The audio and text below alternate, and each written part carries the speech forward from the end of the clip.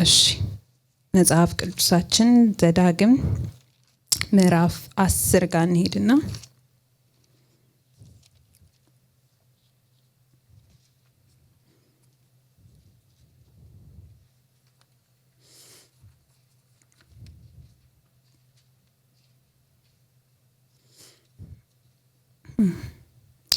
ምዕራፍ 10 ቁጥር 12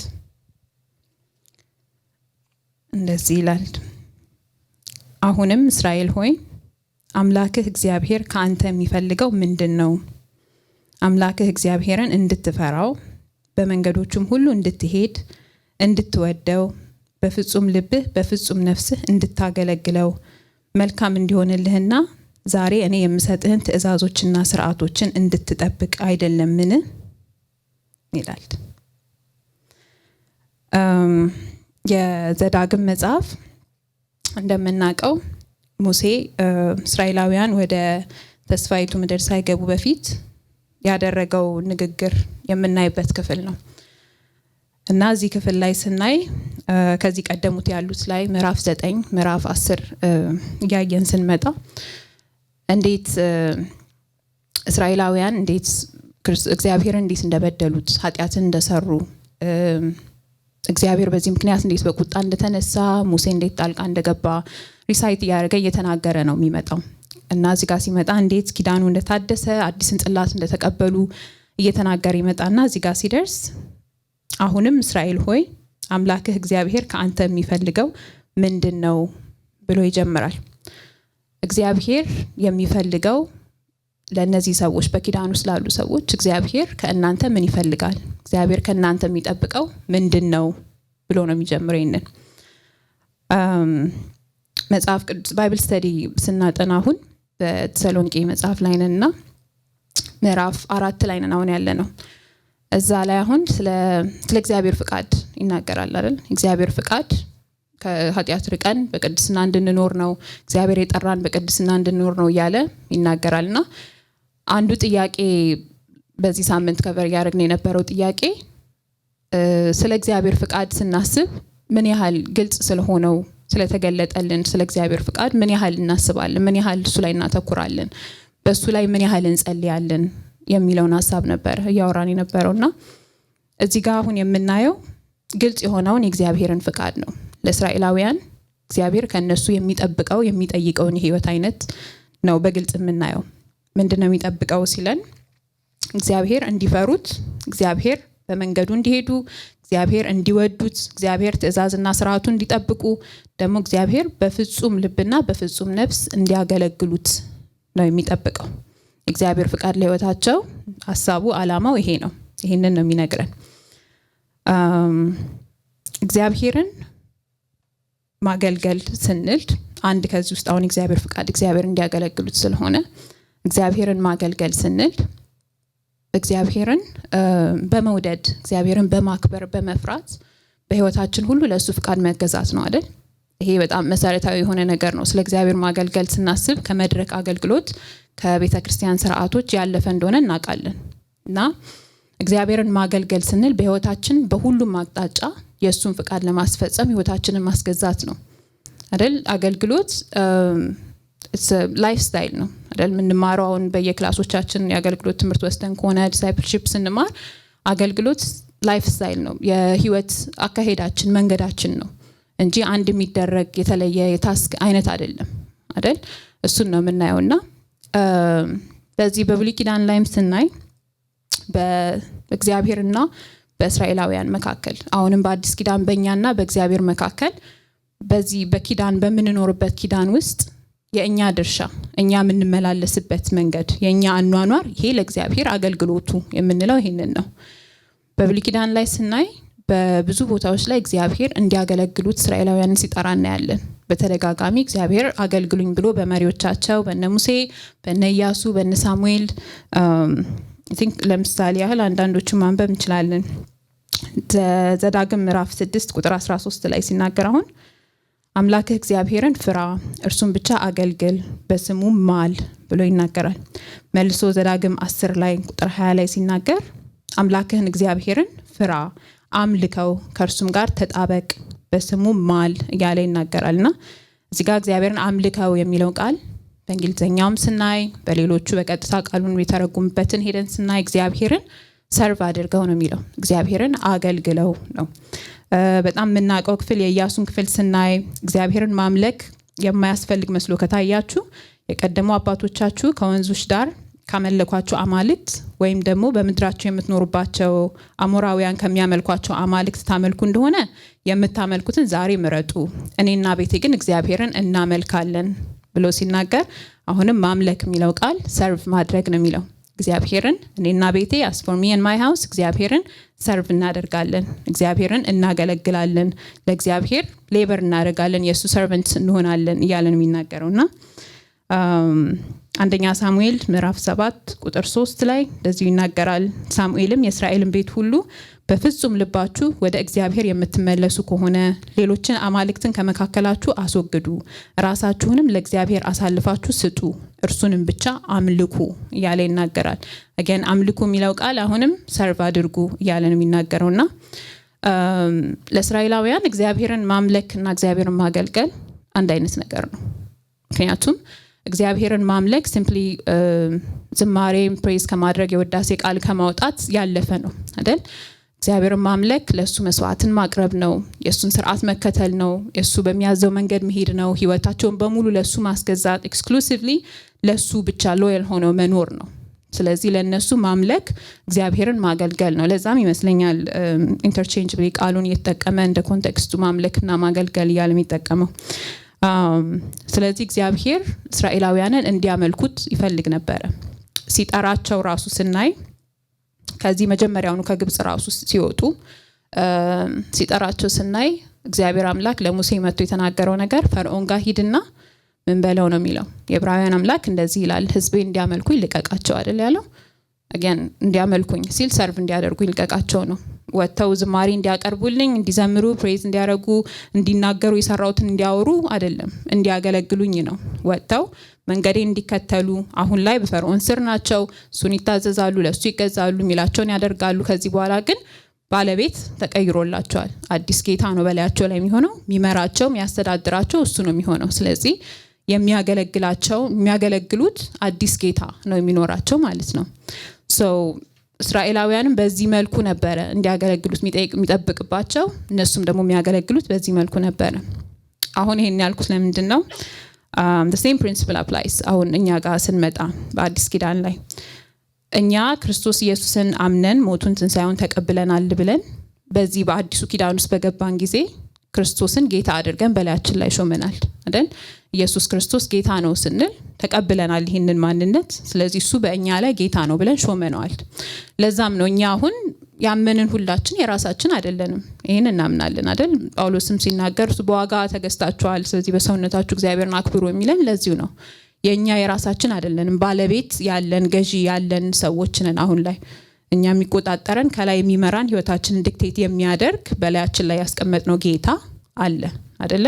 ለዛ ነው አሁን የራሱ አድርጎናል የሚለውን ሐሳብ ስናየው ምን ላይ ጴጥሮስ ለምሳሌ አሁን ይሄ የተመረጠ ትውልድ፣ የንጉስ ካህናት፣ የተቀደሰ ህዝብ ይልና እግዚአብሔር ገንዘቡ ያደረጋችሁ ህዝቦች ናቸው አይደለ? እናንተ ገንዘቡ የራሱ ሀብቱ ያደረጋችሁ ህዝቦች ናችሁ ይላል። ባለቤት አለን፣ የሚገዛን አለን፣ ቢንግ አለ በእኛ ላይ የሚያስተዳድረን ነው። ይሄንን ካልን አሁን ላይ ስለ አምልኮ ስናስብ ወደ ክፍሉ ልምጣና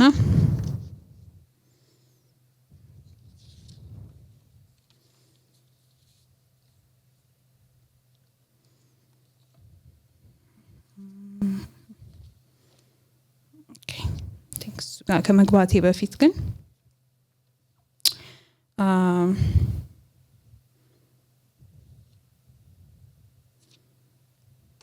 ማቴዎስ ወንጌል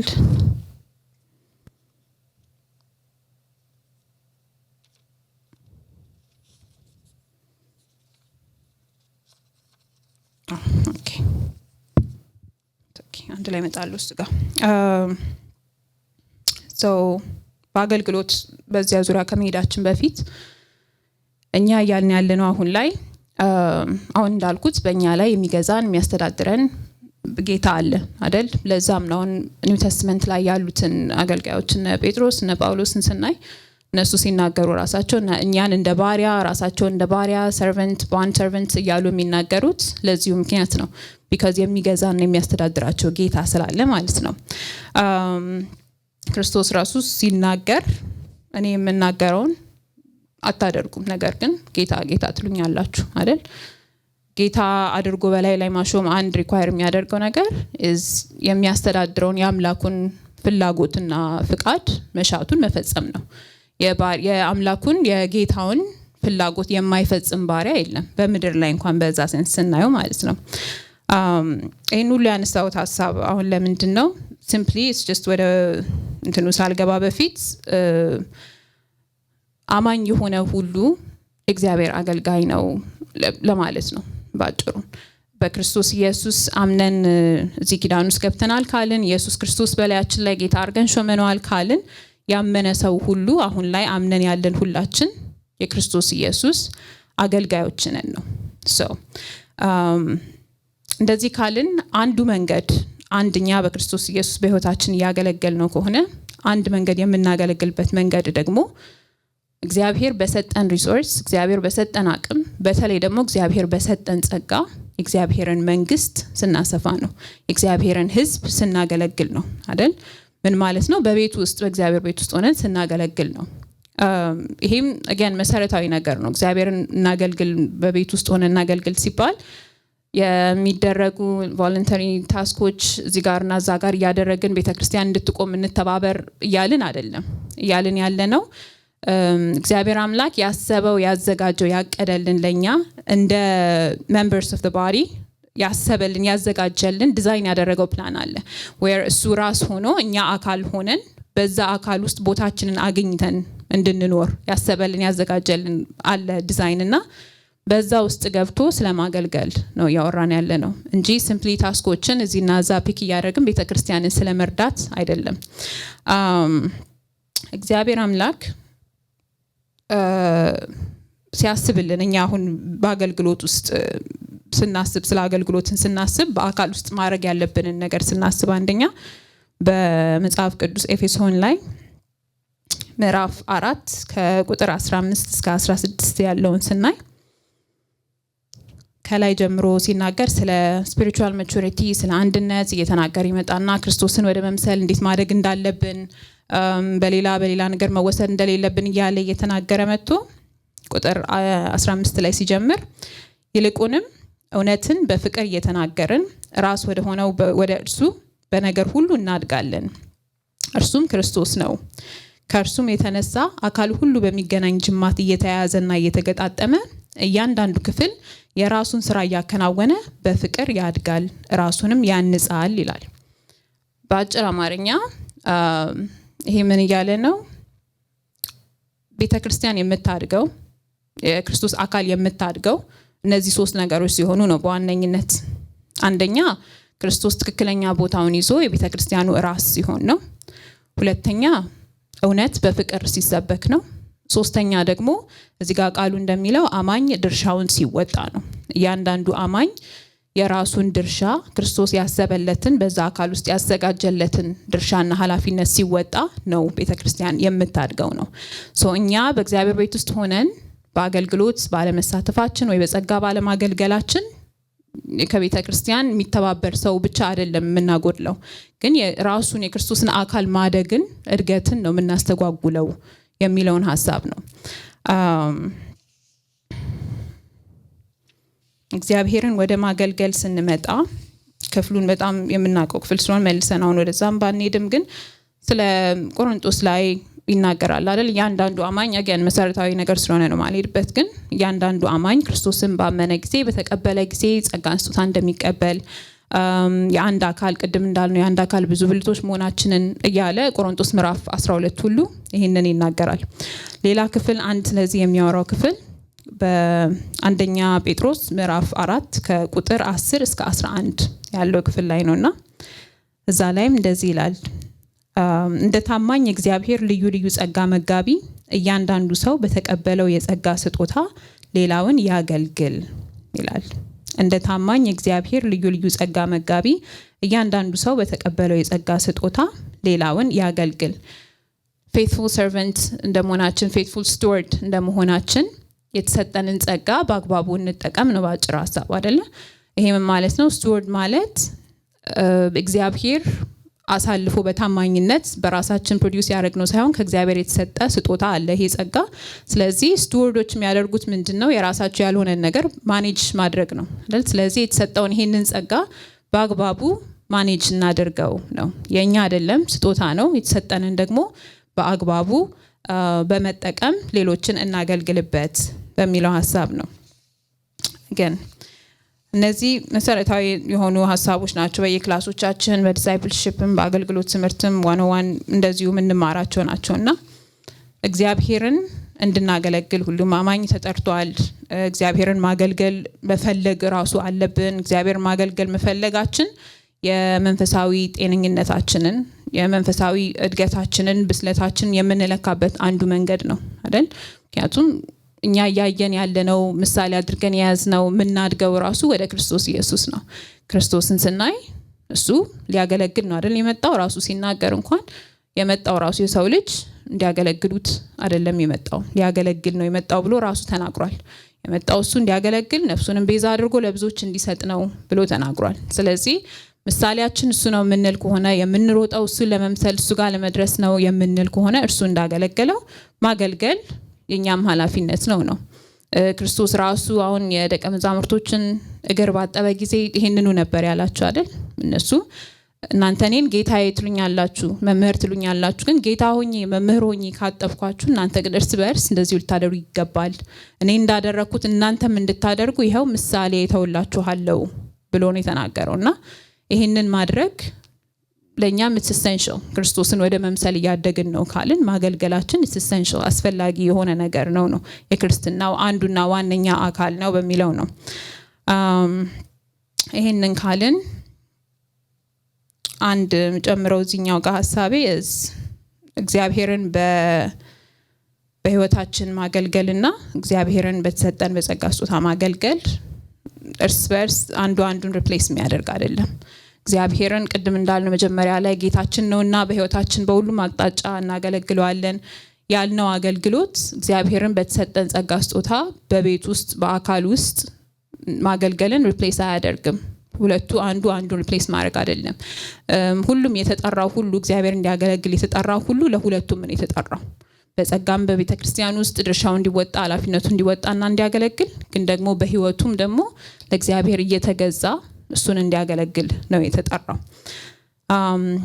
ይሄንን ካልን አሁን ላይ እኛ አትሊስት እዚህ ያለውን አብዛኞቻችንን ሳይ በተለያየ አገልግሎቶች ውስጥ ያለን ሰዎች ነን እና ወደ ሐሳቤም አንድ እንትን ሳደርግ የመጣሁት በአገልግሎት ውስጥ ስንሆን አገልግሎታችንን መመርመር is essential በየጊዜው።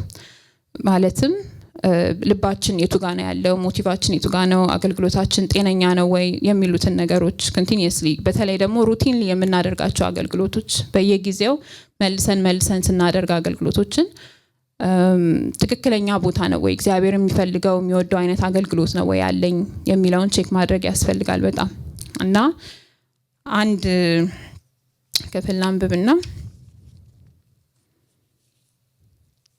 በአንደኛ ዜና ምዕራፍ 28 ላይ ዳዊት ለሰለሞን ሲናገር እንደዚህ ይላል። አንተም ልጄ ሰለሞን ሆይ እግዚአብሔር ልቡን ሁሉ ስለሚመረምርና ሐሳብን ሁሉ ስለሚያውቅ የአባትህን አምላክ እወቅ፣ በፍጹም ልብህና በበጎ ፍቃድ አገልግለው ይላል። እግዚአብሔርን አምላክህን እወቀው፣ ከዛ ደግሞ በፍጹም ልብና በበጎ ፍቃድ አገልግለው ይላል። ምክንያቱም እግዚአብሔር ልብን ይመረምራልና ሐሳብንም ያውቃልና። እግዚአብሔርን ስናገለግል እግዚአብሔር ሳይመረምር በፊት እኛ ራሳችን ብንመረምር ጥሩ ነው። ምክንያቱም ያልሱ የምናገለግልበትን ልብ ኢንቴንሽናችንን አላማችንን ስለሚያይ ማለት ነው። በዋነኝነት አትሊስት እኔ ሳስበው በነበረው መልኩ አገልግሎታችንን መመርመር ያለብን ኤሪያዎች ብዬ ያስኳቸው 3 ሐሳቦች አንደኛው ሐሳብ አገልግሎታችን ክርስቶስን ማዕከል ያደረገ ነው ወይ ነው። ክራይስት ሴንተርድ ነው ወይ ስናገለግል። ምን ማለት ነው ይሄ ክራይስት ሴንተርድ ስንል?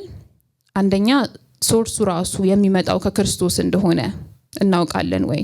እግዚአብሔርን ለማገልገል ስንቆም፣ በህዝብ ፊት ስንቆም፣ በእግዚአብሔር ፊት ስንቆም የምናገለግለው ከሱ በተቀበልነው ጸጋ ነው የሚለው አንደርስታንዲንግ አለን ወይ የሚለው ነው አንደኛ። ይሄንን ስንል ምን ማለት ነው? ጳውሎስ ራሱ ሲናገር በፊልጵስዩስ ላይ ክፍሉን አንብበውና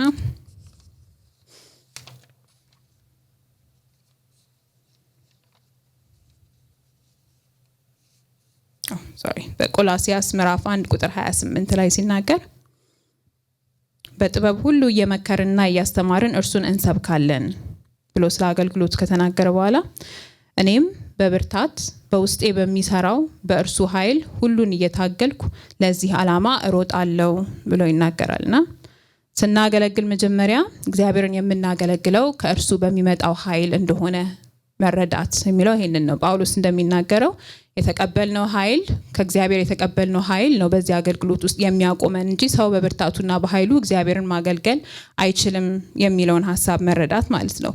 ክርስቶስ ራሱ ሲናገር ይሄ ካለኔ በስተቀር አንዳች ነገር ማድረግ አትችሉም ያለውን ቤዚክሊ ለአገልግሎታችን ሙሉ አፕላይ ማድረግ ነው። ኃይሉና ሶርሱ የሱ ነው። ቅድም ያልነውን አንድ የጴጥሮስን ክፍል ስናነብ አንደኛ ጴጥሮስ ምዕራፍ 4 ከቁጥር 10 ጀምሮ ሲናገር ከናንተ ማንም የሚናገር ቢኖር እንደ እግዚአብሔር ቃል ይናገር፣ የሚያገለግልም ቢኖር እግዚአብሔር በሚሰጠው ብርታት ያገልግል፣ ይኸውም እግዚአብሔር በኢየሱስ ክርስቶስ አማካኝነት እንዲከብር ነው ይላል። ይሄንን መረዳት የሚጠቅመን አንደኛ ስፕራይድፉል እንዳንሆን ይጠቅመናል። ከእግዚአብሔር የመጣ ነው ይሄ ጸጋ። የምናገለግለው በእግዚአብሔር ፊት በሰው ፊት የምንቆመው ከእኔ አይደለም ወይም ናቹራል የሆነ ካለን ችሎታ አይደለም፣ ግን ከእግዚአብሔር የሆነ ጸጋ ነው ያስቆመን ብለን በእርሱ ፊት humble እንድንሆን ያደርገናል።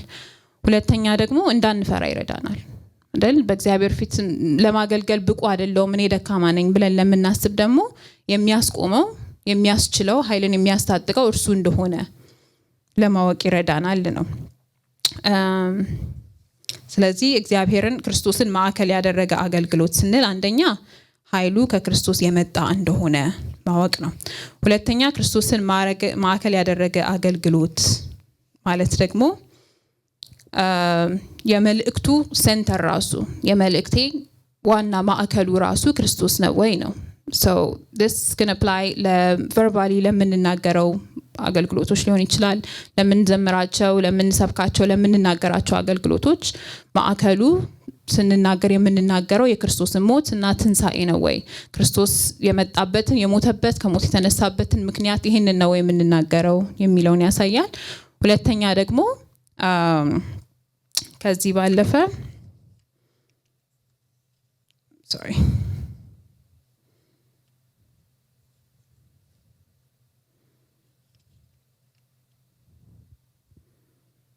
የክርስቶስን ሞትና ትንሣኤ ይናገራል ወይ?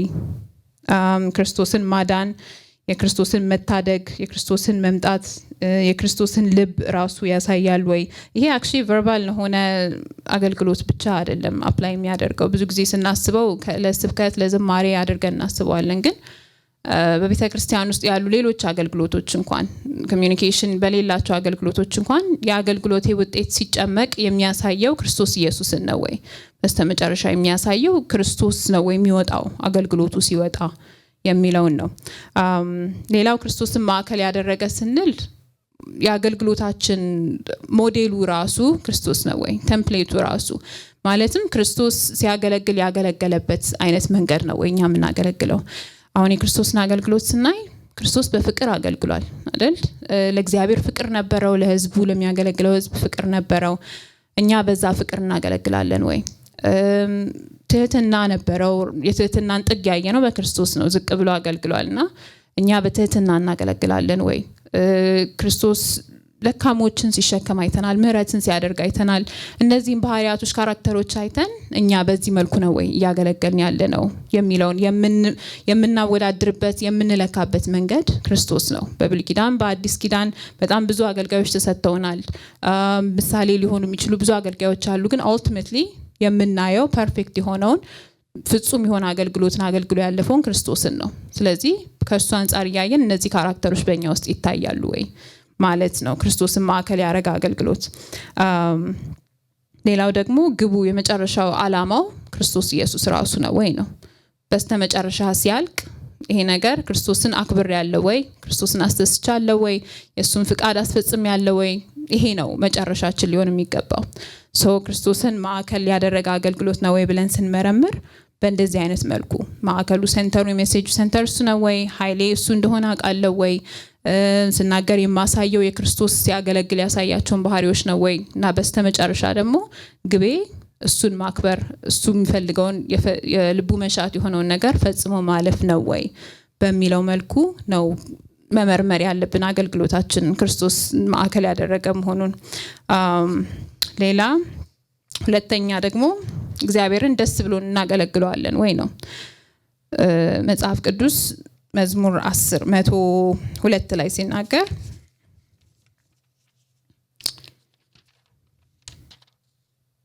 መዝሙር 102 እግዚአብሔርን በደስታ አገልግሉት በፍስሐም ዝማሬ በፊቱ ቅረቡ ይላል።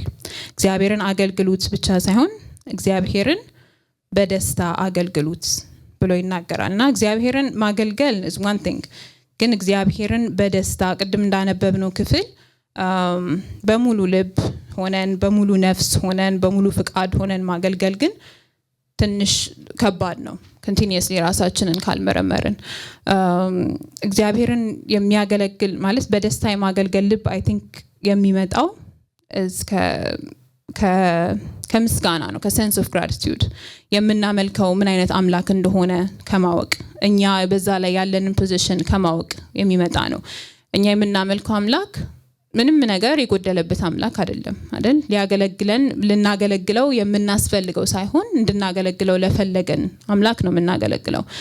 መጽሐፍ ቅዱሳውን ስናይ እነ ዳዊት የተናገሩትን ስናይ ምንም አንተ የጎደለህ ነገር የለም፣ ለአንተ የምንሰጥህ እንኳን ከእጅህ የተቀበልነው ነው እያሉ የሚናገሩት ነው።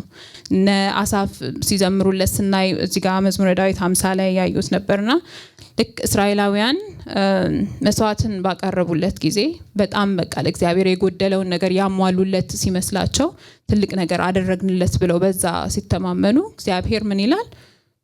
እኔ ያለ ብራብ እንኳን ላንተ አልነግርህም፣ ምክንያቱም ዓለምና በውስጧ ያሉት ሁሉ የእኔ ናቸውና አለ። እና እግዚአብሔር ምንም ያልጎደለውን አምላክ ነው እኛ የምናገለግለው። በሰው እጅ አይገለገልም የተባልነውን አምላክ ነው እኛ የምናገለግለው። ይህንን ማንነቱን ስናቅ ነው that sense of gratitude በልባችን የሚሞላው። በደስታ ልናገለግል የምንችለው is knowing that እግዚአብሔር ያሰበው ዓላማ አለ፣ ያቀደው ትልቅ ዓላማ አለ። ለቤተ ክርስቲያን፣ ለህዝቡ፣ ለራሱ ለመንግስቱ ያሰበው ትልቅ ዓላማ ውስጥ ይህንን ሚስጥር እንድናቅ ስለፈለገ ይህንን ሚስጥር ገልጦልን በልጁ በክርስቶስ ኢየሱስ ነግሮን አስረድቶን ይህንን አይኖቻችንን መንፈሳዊ አይኖቻችንን አብርቶልን እኛ በዚህ ውስጥ አካል እንድንሆን በዚህ ውስጥ እንድንሳተፍ ደግሞ እንድናገለግለው ደግሞ ጸጋን ሰጠን። ስለዚህ ይሄ እድል ነው ለእኛ እድል ነው በሚለው ሰንስ ስናስበው ነው እግዚአብሔርን አመስግነን በደስታ ልናገለግለው የምንችለው። ፓስተር ሁሌ ባለፈውም ሲለው ነበር ደጋግሞ የሚያነሳው ክፍል ስለ ይሁዳ ሲናገር ስለ ይሁዳ ምን አለ? እሱ ከኛ ጴጥሮስ ይሁዳ ካለፈ በኋላ ሲናገር እሱ ከኛ እንደ አንዱ ሆኖ በዚህ አገልግሎት ውስጥ ለመቆጠር እድልን አግኝቶ ነበር እያለ ሲናገር ነበርና ሁሌ ትዝ ይለኛል ሲያስተምረንም ክላስ ያነሳ በዛ ነበር ሲነግረን የነበረው አገልግሎት እድል ነው። በቃ እግዚአብሔር የሰጠን እድል ነውና እንደ እድል ትሪት እናድርገው። በቃ እና እግዚአብሔርን በደስታ ማገልገል የሚመጣው የእግዚአብሔርን ማንነት የኛን ለዚህ ክብር መምቃት መታደልን ስናስብ ነው። እግዚአብሔር አይደለም ሳንፈልግ በግዴታ ልናገለግለው ስለመስጠት እንኳን ሲናገር እግዚአብሔር ማንም ሰው መጽሐፍ ቅዱስ በቅሬታም በግዴታም እንዲሰጥ አይፈልግም ይላል። እግዚአብሔር በደስታ የሚሰጥን ሰው ነው የሚወደው ይላል። ስለዚህ the same principle applies ለአገልግሎትም ስናስበው እንደዛ ነው። እግዚአብሔርን ተገደን ወይንም በፍርሃት ወይ ለሌላ ጥቅም በሚል ሰንስ ሳይሆን ግን እግዚአብሔርን ደስ ብሎ እንድናገለግለው ይፈልጋል። በሁለተኛ የምንመረምርበት መንገድ እግዚአብሔርን ደስ ብሎኝ ያገለገልኩ ነው ወይ? በአገልግሎት ውስጥ አሁን ላይ ባለውበት አገልግሎት ውስጥ ደስ ብሎኝ ነገሮች ተሳክተውልኝ ወይ ኢነፍ ሪኮግኒሽን በማግኘት ሳይሆን ግን ሲጀመርንሽ ለራሱ የማገለግለው በደስታ ነው ወይ? ማንነቴ ገብቶኝ በእርሱ ፊት መቆሜን እድል መሆኑን አውቄ በደስታ እግዚአብሔርን አገለግላለሁ ወይ የሚለውን ነው። ሶስተኛ ሐሳብ አገልግሎታችንን መመርመር ያለብን አገልግሎታችን በመንፈስ ቅዱስ የተደገፈ ነው ወይ ነው። እንሽሊም ለማገልገል ጸጋውን የሚሰጠን ጌታ መንፈስ ቅዱስ ነው። ቅድም እንዳልነው ቆሮንቶስ ላይም እንደሚለን የተለያዩ ጸጋውን እንደፈለገ እንደ ፍቃዱ የሚሰጠን ብሎ የሚናገረው እሱን ነው። የምናገለግልበትን ጸጋም የምናገለግልበትን በዛ ውስጥ ሆነን የምናገለግልበትንም ኃይል የሚሰጠን ጌታ መንፈስ ቅዱስ ራሱ ነው። ኮንቲኒየስሊ ከጌታ መንፈስ ቅዱስ ይሄንን ኃይል ዴይሊ መቀበል መቻል አለብን። እግዚአብሔርን ማገልገልን መግፋት ራሱ የምንችለው በአገልግሎት ውስጥ ይሄንን ነገር ያረግን መቀጠል ራሱ የምንችለው ከሱ በመንቀበለው ኃይል ነው። ይሄን ስንል ምን ማለት ነው? ለምሳሌ እግዚአብሔርን እኔ አገልግሎት ውስጥ ስናስብ ጌታ መንፈስ ቅዱስ በውስጣችን በሚያወጣው በውስጣችን በሚያፈራው ፍሬ ነው አገልግሎትን ማገልገል የምንችለው። እንዴት? አሁን ዛሬ ቅድም ካልኩስ ለምሳሌ ክርስቶስ ኢየሱስ ሲያገለግል በፍቅር አገልግሏል አለን አይደል? እግዚአብሔርን በመውደድ ሰዎችን በመውደድ አገልግሏል አለን። እኛ አሁን ባለንበት አገልግሎት ላይ ሰውን መውደድ ኦር እግዚአብሔርን መውደድና ማገልገል ከብዶናል ወይ? እሱ ከከበደን ፍቅር የመንፈስ ፍሬ ነው አይደል? ቅድም እንዳልነው ኢየሱስ ይችል ነበር፣ ይታገስ ነበር፣ ሰዎችን ይል ነበር አይደል? እንደዛ ካልን አሁን ላይ ባለነው ሰውን ማገልገል ከሰዎች ጋር ማገልገል ከብዶናል ወይ? ሰውን መታገስ ከብዶናል ወይ ካልን ትዕግስት የመንፈስ ፍሬ ነው አይደል? እንደዚህ ያልን ነው የሚቀጥለው። መልካም ማድረግ፣ ቸር ማድረግ፣ በጎ መሆን ከብዶናል ወይ? ለሰዎች ቸርነት፣ በጎነት እነዚህ የመንፈስ ፍሬ ናቸው። ዝቅ ብሎ በትህትና ማገልገል፣ ርማትን ተቀብሎ ማገልገል፣ ክርስቶስ እንዳደረገው በሰዎችና በእግዚአብሔር ፊት ዝቅ ማለት እነዚህ ነገሮች ሲከብዱን የዚህን ኃይል የምናገኘው ከራሱ ከጌታ ከመንፈስ ቅዱስ ነው። ምክንያቱም እነዚህ የመንፈስ ፍሬዎች ናቸው ነው። እነዚህ ነገሮች ሲሆኑ ሲከብዱ ማገልገል ሲከብድ አገልግሎት አንቀይርም። አሄን ተናል ሌላን ሞክር አንልም አይደል? ቤተክርስቲያን አንቀይርም። ግን ከሶርሱ ርቀናል ማለት ነው። ከዋና ከሚያስችለን ኃይል ርቀናል ማለት ነው። እሱን ያስከሱ ስንርቅ ደግሞ እናውቀዋለን። ሰደንሊ ስኬጁል አለመመቸት ይጀምራል አይደል?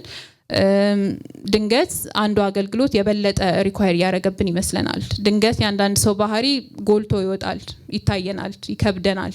እንደዚህ አይነት ነገር ሲሆን ወደ ኃይሉ ነው መቅረብ፣ ኃይልን ወደምናገኝበት ከርሱ የምንቀበልበት ወደ ጌታ መንፈስ ቅዱስ ነው መቅረብ ያለብን እንጂ ከዚህ መራቅ፣ መሸሽ፣ ከአንዱ አገልግሎት ወደ አንዱ አገልግሎት መዝለል እንደዚህ አይነት ነገሮችን አይደለም እግዚአብሔር ከኛ የሚፈልገው። ምን ለማለት ነው? አሁን ላይ በአገልግሎት ውስጥ ያለን ሰዎች አገልግሎታችንን አትሊስት በእነዚህ በሶስቱ ዋና ኤሪያዎች እንመርምር። አገልግሎቴ አሁን ላይ ክርስቶስን ሴንተር ያደረገ ነው ወይ የሚለውን እናስብ። ለራሳችንም እንጸልይ። ለሌሎች በአገልግሎታችን ውስጥ ራሱ ባሉ በሚኒስትሪዎቻችን ዘንድ ራሱ እንደ ሚኒስትሪ ራሱ እንጸልይ። ማዕከሉ ክርስቶስ ነው ወይ? ኃይላችንን ከክርስቶስ ድራይቭ ያደረግን ነው ወይ? ሜሴጁስ ነው ወይ? መልእክቱስ ነው ወይ? የሚጠቁመው እሱ ነው ወይ? እንደዚህ አይነት ነገሮችን በቃ ዞሮ ዞሮ ማዕከሉ ክርስቶስ ነው ወይ የሚለው ላይ ፎከስ እናደርግ። because ከሱ ስሊፕ ማድረግ አይ ቲንክ በጣም ቀላል ነው ከሌላው ይልቅ። ሁለተኛ ደግሞ ደስተኞች ነን ወይ? አሁን ላይ ያለንበት አገልግሎቶች ላይ እግዚአብሔርን ፈልገን ነው ወይ የምናገለግለው? በግዴታ ነው ወይንስ ደስ ብሎን ነው የምናገለግለው? ራሳችንን በስ ያረጋን እየሰጠን ያለ ነው ደስ ብሎን ነው ወይ የሚለውን ጌታ መንፈስ ቅዱስ እያገዘን ነው ወይ? በመንፈስ ቅዱስ የታጀበ ኃይል ከሱ እየተቀበልን የምናገለግለው አገልግሎት ነው ወይ የሚለውን ትኩረት እናደርግ እሱ ላይ በደንብ። ከዛ ባለፈ I think አሁን ላይ በአገልግሎት ላልተያዝን ሰዎች ደግሞ I think እግዚአብሔር አምላክ የአገልግሎትን ጥሪ ያደርጋል ለሁላችንም።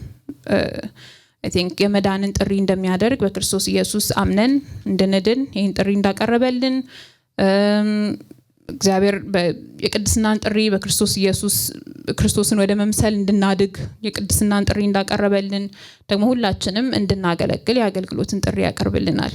So I encourage you በጣም በአገልግሎት ውስጥ ላልተያዝን ሰዎች እግዚአብሔርን ማገልገልን ራሱን እንድንፈልግ በስተመጀመሪያ ይሄንን ፍላጎት ራሱ በውስጥ የለም ካልን ደግሞ እግዚአብሔርን ማገልገልን መፈለግን ራሱ እንድንፈልገው ያን ፍላጎት ራሱ እግዚአብሔር በውስጣችን እንዲጨምር እግዚአብሔር ነው ይሄንን የሚያደርገው አይደል እንደ በጎ ፈቃዱ መፈለግንም ማድረግንም እሱ ነው የሚያደርገው ይላል ቃሉ። ስለዚህ እግዚአብሔርን ማገልገል መፈለግን ራሱ እንዲሰጠን እሱ ደግሞ ባገኘነው አጋጣሚዎች ውስጥ እጆቻችንን ማስገባ አይ ሃይሊ ኢንከሬጅ በዚህ ውስጥ ያልተያዛችሁ አይኖ በግልም ሲሆን እንደምናገር ብዙ ጊዜ ለውላችሁም ግን በቤተ ክርስቲያን ውስጥ በተለያዩ በባይብል ስተዲዎች ውስጥ ያልተያዛችሁ በአገልግሎት ክላሶች ውስጥ ያልተያዛችሁ በዲሳይፕልሺፕ በፋውንዴሽን ክላስ በአገልግሎት ትምህርት በጣም ብዙ እድሎች አሉ የምናገለግልባቸውና የምንገለገልባቸው ሶ በእነዚህ ውስጥ እንድትያዙ ሃይሊ ኢንከሬጅ አደርጋችኋለሁ። ያልተያዘ ሰው ድንገት ቢኖር በእነዚህ ውስጥ ደግሞ ስንሆን መሪዎች ሲሰጡን እድልን ሲሰጡን የማገልገል እድል ሲሰጡን እናገልግል። ኃላፊነትን አንፍራ፣ ኮሚትመንትን አንፍራ። በዛ ነው የሚታደገው because ማደግ eventually መፈለግ አለብን ብቻ ሳይሆን ማደግ አለብን ራሱ አይደል። የማያድግ ነገር ወይ ሞቷል ወይ እየሞተ ነው። ስለዚህ ምናድግ ከሆነ ደግሞ ለማደግ ይሄ እንደዚህ አይነት ቦታ ነው የሚያስፈልገን። በአይሶሌሽን ሁሌ እንደምንለው ነው ማንም ለብቻው ማደግ አይችልም። ስለዚህ ኮሚትመንት አትፍሩ፣ ኃላፊነትን አትፍሩ፣ አገልግሎትን አትፍሩ። ቅድም እንዳነበብነው ጸጋውን የሚሰጠው የሚያስችለው ጌታ መንፈስ ቅዱስ ነው። ስለዚህ በእንደዚህ አይነት እድሎች ውስጥ ስትሆኑ መሪዎችን ታዘዙ፣ እሺ በሉ። መሪዎችም ኃላፊነት አለባቸው። የባይብል ስተዲ በየሚኒስትሪው በየአገልግሎት ክላሶች ውስጥ ያሉት መሪዎች በእናንተ ውስጥ ያለውን ጸጋ አይተው የማበረታታት ይሄንን ጸጋ እንድታወጡት የመገፋፋትም ኃላፊነት አለባቸው። ይሄንንም እንዲያደርጉ እድሉን ስጧቸው እና እግዚአብሔር እንድናገለግለው ከዚህ በላይ እንድንታዘዘው እንድናመልከው በህይወታችንም በተለያዩ በውስጣችን ባስቀመጠው ጸጋም እንድናገለግለው እግዚአብሔር ጸጋውን ያብዛልን ለሁላችንም። አይና በጣም አጭር መልእክት ነው ያለኝ ግን ይሄ ነው ያለኝ ለዛሬ። እዚህ እንጸልይ።